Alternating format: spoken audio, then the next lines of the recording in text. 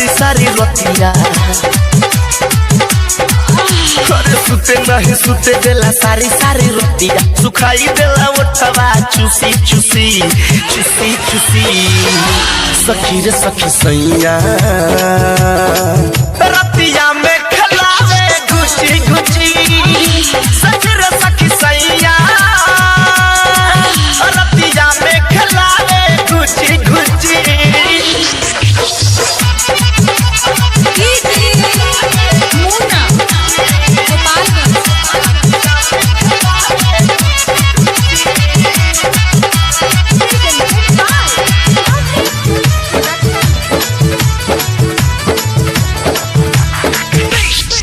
कबहू नीचे कबहू ऊपर पूरा देहिया निहारेला कतनो माना करिले बाकी ओह नहीं मानला रे सखी ओ कबहू ऊपर कबहू नीचे पूरा देहिया निहारेला कतनो माना करिले बाकी ओह नहीं मानेला लाहे लाहे मीठी मीठी करेला वो बतिया अरे लाहे लाहे मीठी मीठी करेला वो बतिया उतारेला झुमका पूछी पूछी पूछी पूछी पूछी पूछी सखी रे सखी सैया रतिया में खलावे घुची घुची सखी रे सखी सैया रतिया में खलावे घुची घुची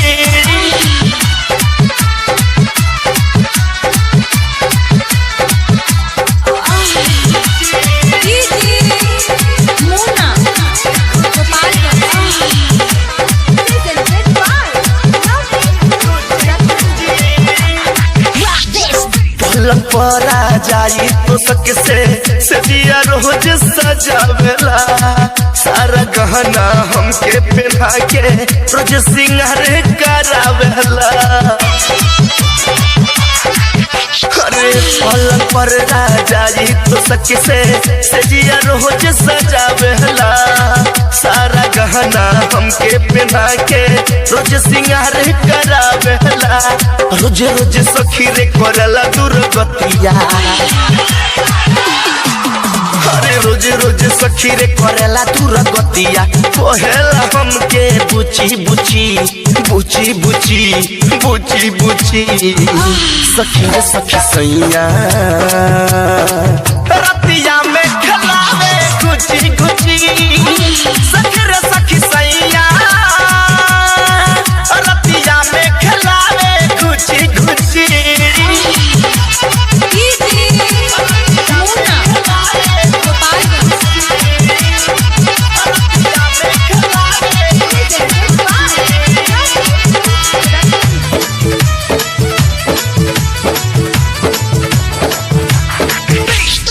भूखी दिने से पिया बुझेला कतनो समझाइले धम बाबू से हम सखी रे अपन दुखवा सुनाइले